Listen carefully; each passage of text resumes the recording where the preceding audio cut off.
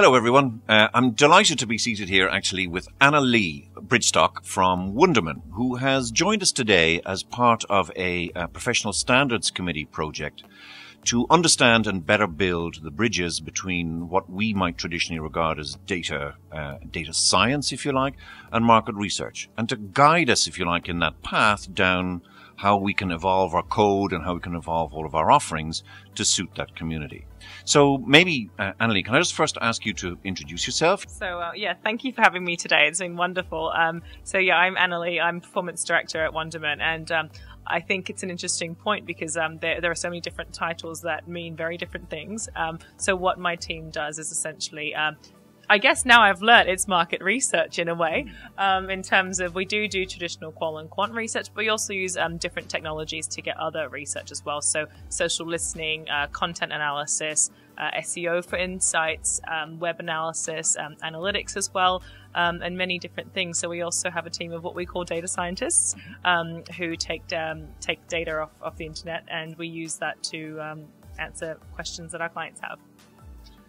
Now, one of the things that you showed us, which was very interesting, was that the whole kind of digital function, if you like, in the business comprises three pillars. They're the strategists, the analysts, and then the engineers, or the guys that do the CRM stuff.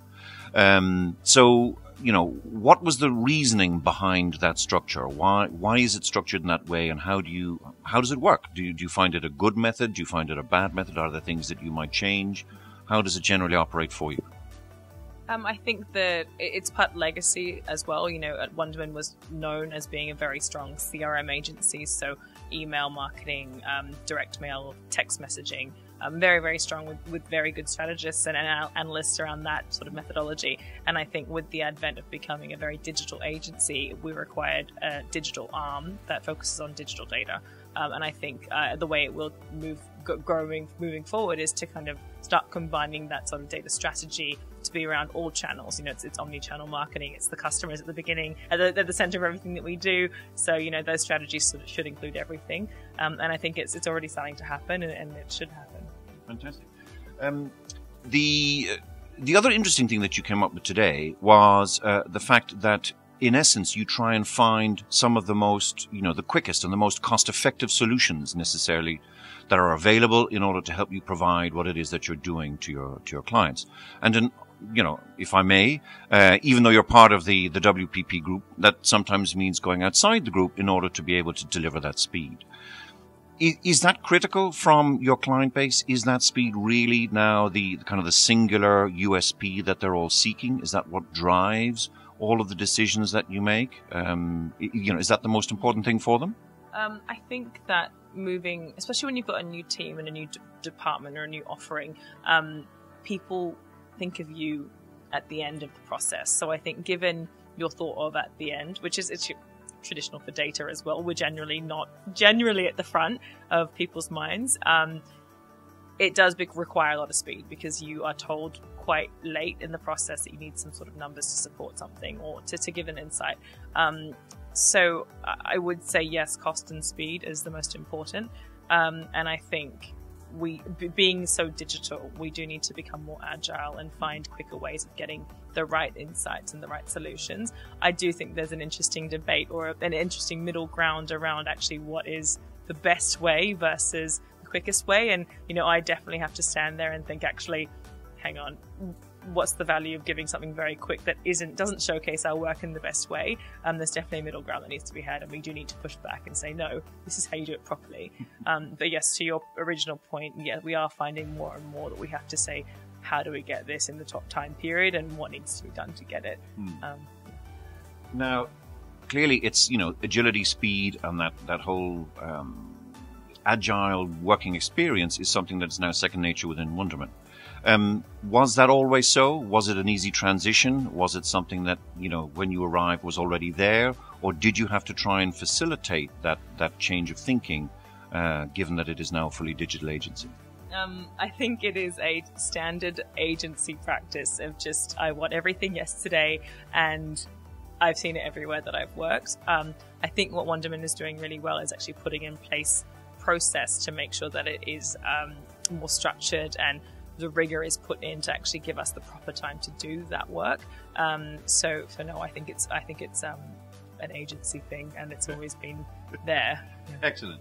And actually, sorry, we could learn a lot from other companies, I think. So we actually had someone say to us, well, it doesn't have to be right now. And I sort of was like, what? But it does need to be right now. And actually, it doesn't. If you can push back and say, actually, the reason you should take more time to do something means a better output, often people actually say yes. So I think we do need to stop and think sometimes at what the goal is and not just jump and run. And I'm definitely a personal thing, because I want to give people solutions immediately, and that's not always the best way to go. So what's out there? Now, clearly the project that we're trying to do is to determine how, what is the actual definition of data science that exists? And clearly it was our intention and our hope, and it was very well delivered, that the media industry is one that does utilize the data scientist option in its titles and its functions. Based on the experience of today, and if you like, the debate and the discussion that happened, how far do you think we've come in ascertaining a common ground for that definition? You mentioned earlier on that when we looked through some of the stuff, you were kind of going, well, actually, this is more digital research maybe than data science. But there were also clearly gaps in things that you did that maybe were not traditional research things. So how do you feel that bridge has, or have we started to build a bridge? Is it walkable yet, or have we still some distance to go? I think we have just scratched the surface. I think what we've now uncovered is that there needs to be a bridge, and that we need to understand actually, data science could potentially be the connection of data in itself and how we manipulate and derive insight from that. Is that the definition? That's what we do, and that's fantastic. But I think at the moment it is generally reserved to a much more technical skill set, which is generally outside of research and insights, essentially. And I don't think that's necessarily right based on the discussions that we've had today. And there's quite a lot of people who've said, but isn't that also science with data? I was like, when you put it that way, yeah, it is. So I think we've started it. I'm actually really pleased to have been part of it, because it's something that I never really thought about, and I think it's an important thing to consider. Annalie, the committee today were absolutely thrilled with you coming along, and I think, from your presentation and from your discussion, they learnt an awful lot. I think you opened their eyes quite considerably in relation to data science. Conversely, were there any kind of things that you learned today? Were there any moments you went, gosh, I didn't know that? Or was there stuff that you said, actually, that's stuff that we need to consider in a little bit more depth? What learnings did you get from the discussion? Yeah, it was fantastic to be invited, so thank you. I think one of the biggest things for me was that actually GDPR especially has a very different application across countries, as we know, but actually also across the different data sets. And I think it's really interesting and important for us to consider that application, especially from a data science point of view. The other point to bear in mind, by the way, that when you're thinking about the GDPR, is that there's also been some great developments on the copyright directive, which an awful lot of text and data mining is based on our ability to text, to mine text and to scrape data from websites, which thankfully our recent results in Europe have allowed us to continue to do. So maybe just a final question: qualitative, quantitative. You're in the data science arena. Coming across fusion of the two, do you find that people are looking for one or the other, or a mixture of both? And how does that play out in what you do in your role within Wunderman?